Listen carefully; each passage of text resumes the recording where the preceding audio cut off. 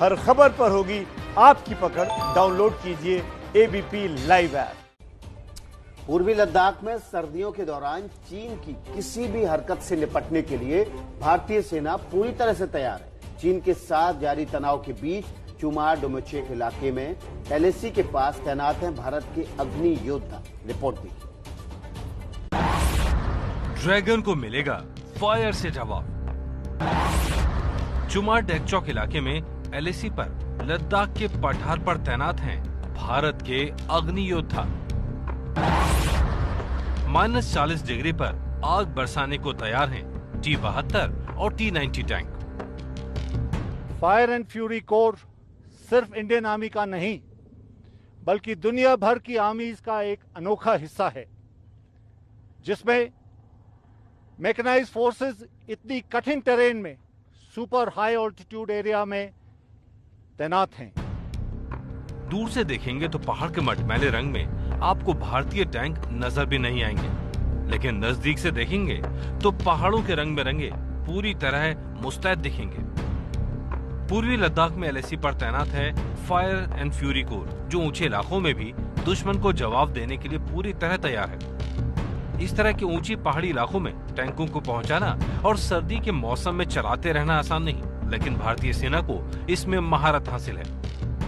Winter grades के fuels, oils और lubricants, tanks, infantry combat vehicles और हेवी गन्स के मेजर असेंबलीज और स्पेयर्स की अवेलेबिलिटी और हमारे फॉरवर्ड रिपेयर टीम्स जो कि इन सिटू लोकेशंस में हर जगह पर मौजूद रहेंगे, ये सब इंश्योर करने की हमारी इक्विपमेंट हर तरह से और हर समय मेंटेन रहे, ये हमारी कोशिश है।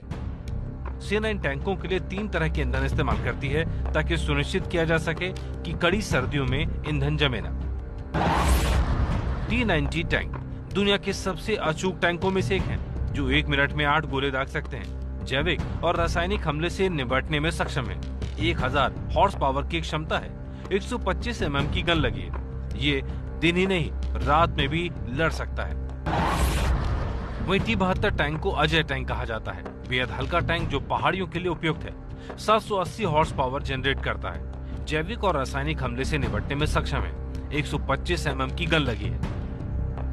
भारत चीन के बीच अप्रैल-मई से ही रिश्ते तनावपूर्ण हैं। दोनों देशों के बीच सैनिक न बढ़ाने पर सहमति बनी है, लेकिन अभी तक पुरानी स्थिति बहाल करने पर सहमति नहीं बन पाई है।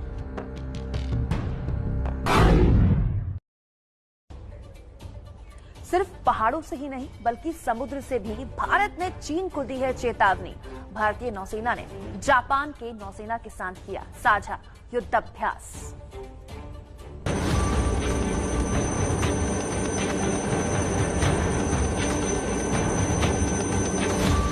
दो जहाज नहीं, 2 देशों की सेनाएं साथ हैं।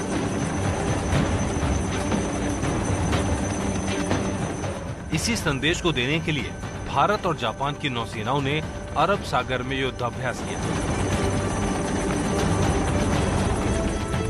ये युद्धाभ्यास 26 से शुरू हुआ और आज इसका आखिरी दिन होगा। इसे नाम दिया गया है GMAX 2020।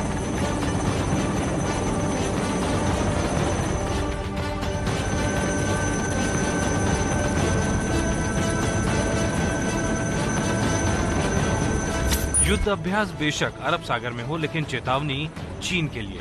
इस युद्ध अभ्यास का मकसद देखिए। जल, थल, आकाश से दुश्मन की हरकतों का पता लगाना, हथियारों का इस्तेमाल करना और समुद्र में मिलकर काम करने की क्षमता बढ़ाने का अभ्यास शामिल था।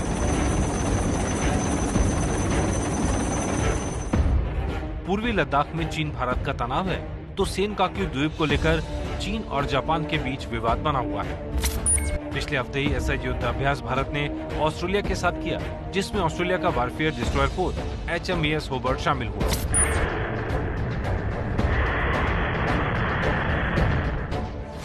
जबकि भारत की तरफ से स्टील फ्रिगेट INS सह्याद्री और मिसाइलों से लैस INS कारमुक शामिल हुआ। ये नौसैन्य अभ्यास ऐसे वक्त में हो रहे हैं जब पूर्वी लद्दाख में चीन के साथ भारत का गतिरोध बना हुआ है।